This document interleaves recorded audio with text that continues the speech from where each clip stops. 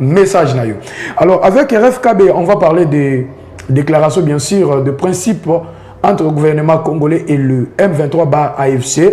RFKB, qu'est-ce que vous pensez pour ces déclarations de paix et ces déclarations de principe, pardon? Bon, c'est un accord de principe que nous pouvons saluer tous en tant que citoyens congolais. Il faut d'abord saluer cette initiative qui n'est pas un accord définitif de la paix, mais une initiative qui pose des jalons vers la paix définitive. Parce qu'aujourd'hui, on peut le dire avec bravoure que c'est un pas important vers la paix.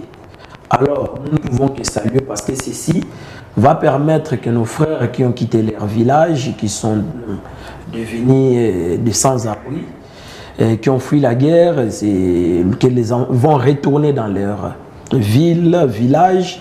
Les enfants vont regagner le chemin de l'école et la paix va être restaurée et surtout l'autorité de l'État dans ces parties du pays qui sont occupés par des rebelles. Nous ne pouvons que saluer. Alors, nous souhaitons que cet accord puisse, l'accord des principes bien sûr, puisse nous amener une paix durable. Voilà ce que nous pouvons dire de cet accord. Merci. Cet accord veut nous apporter la paix parce que Kimende Congolais nous sommes Zoluka.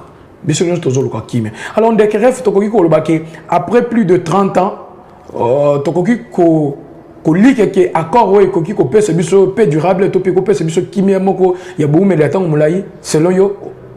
Bon, souhait et gozalawana, souhait et zawana, parce que ça fait plusieurs années que cette partie du pays est confrontée à ce genre de guerres inutiles, si on peut le dire. Des guerres qui n'ont pas de motivation en fait, des motivations réelles, qui profitent qu'aux intérêts. Il y a quelques partis ou individus, des personnes qui profitent de ça. Entre-temps, ça met à mal le bien-être de certains citoyens congolais. Alors, les lots qui espéraient déjà, on peut se dire qu'on peut espérer une paix durable avec cet accord. Je ne dis pas que ça serait le cas ou c'est quoi. Nous sommes en train de dire ce qui est notre souhait.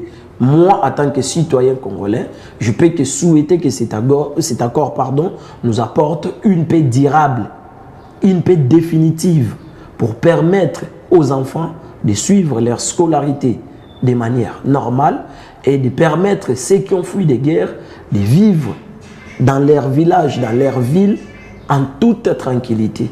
Donc,